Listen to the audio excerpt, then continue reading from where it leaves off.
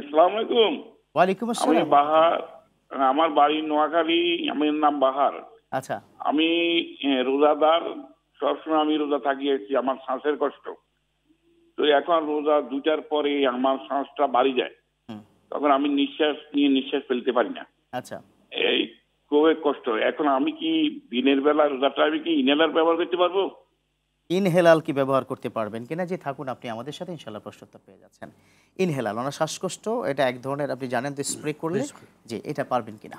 এখন এটা ব্যাপার হচ্ছে ইসলামী শরিয়া যেটা বলে, যেমন যারা ডায়াবেটিস আছে, হ্যাঁ দুটো মত, যে যারা ইনসুলিন নিতে পারবে, এটা সমস্ত ওলামার ইত্তেফাক একমত হয়েছে যে ইনসুলিন নিতে পারবে। কিন্তু ভিতরে শ্বাসনালীতে যে ওটা যদি প্রবেশ করে, এখন এটার ব্যাপারে ইখতিলাফ আছে দুটো, আপনি যেটা বলছেন। হ্যাঁ, কেউ বলে যে না, ওরা তার তার রোজা নষ্ট হবে না, কারণ এটা হচ্ছে মজবুর, সে জরুরত তুবিহুল মাহজুরাত, জি জরুরত তো মানুষকে আইনটাকে শিথিল করে, সেইটাই ওনার জন্য এখানে করা যেতে পারে। আর যদি এরা একটা খাদ্য, তার গিজা মানে ইতে চলে যায় পাকস্থলীতে, তাহলে এটা নিয়ে অনেক ওলামারা বলে যে এটা না দেওয়া। তবে এই ক্ষেত্রে দুই ধরনের ইনহেলার আছে। একটা ইনহেলার আছে চাপ দিলে এক ধরনের লিকুইড কিন্তু ভিতরে কি ঢুকে যায়, স্প্রের মতো, মানে খুব সূক্ষ্ম পাকস্থলীতে চলে যায়, এটা হলে কিন্তু ঠিক হবে না।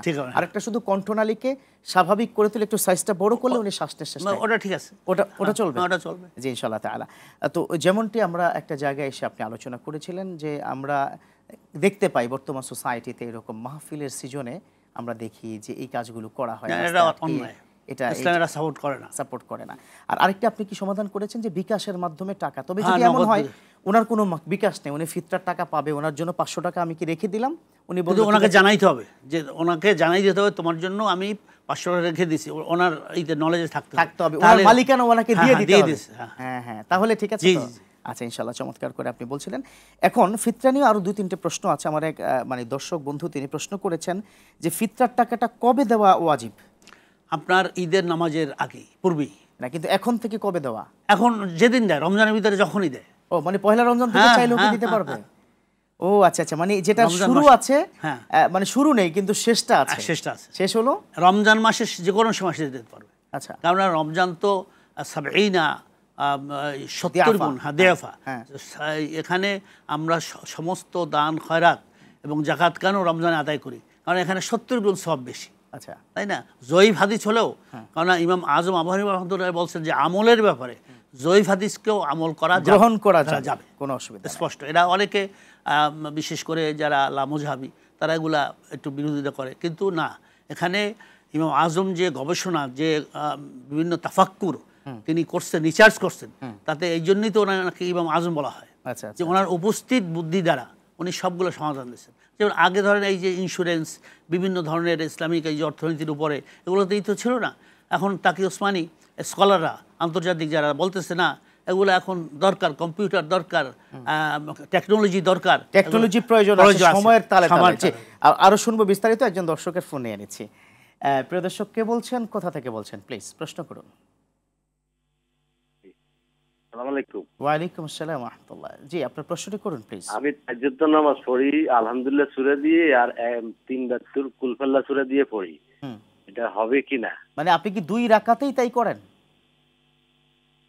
হ্যাঁ হ্যাঁ, 2 রাকাতে তাই করি। মানে আপনি কি শুধু সূরা ইখলাসই পড়েন, আর কি অন্য কোন সূরা কি পড়েন না? পারি, কিন্তু এটা দিয়ে পড়ি আর কি।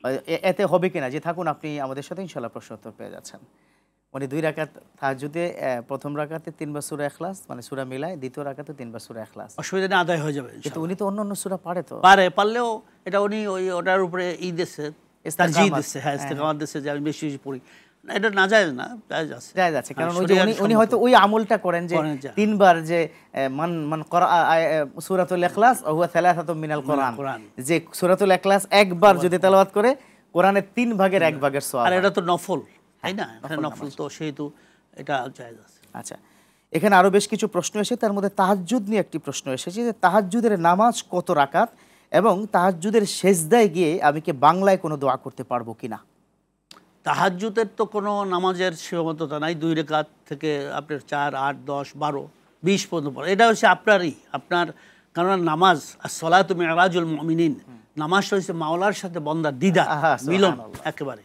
সেহেতু সে যত সেজদা দেবে আল্লাহর কাছে কানবে, সে বাংলায় বলুক, আরবিতে বলা ই না, সে সুবহানা রব্বিয়াল আলা বলে তারপর 3 বার বা 4-5 বার বললো, তারপর সে নিজের আল্লাহর অভিব্যক্তিটা চাওয়া না পাওনাটা। কারণ আল্লাহ তো বলে যে বলতো তুই আমাকে আমার কাছে চা, আমার কাছে চা আমি দেবো, আমি তো